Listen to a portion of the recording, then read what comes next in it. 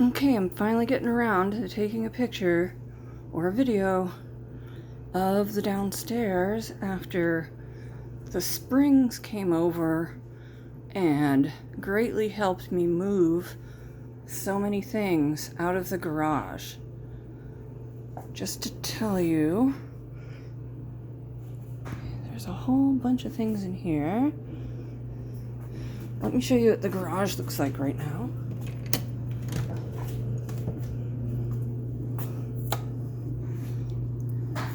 I might even be able to get my car in. They were so organized about it. It's just amazing. There's only a few things left to get in and sort. The rest of the sorting is going to be in here. And let me take you in here. So the laundry room has some furniture in it now. Still not done in here, but starting to look like a laundry room again.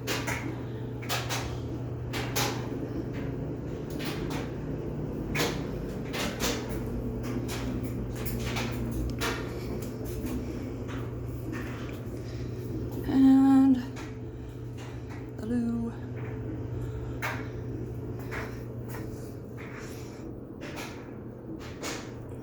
A lot better. Just cleaned mattress. A long way to go in here, but I don't want to put a ton of things in here. I want to keep it kind of nice, just in case.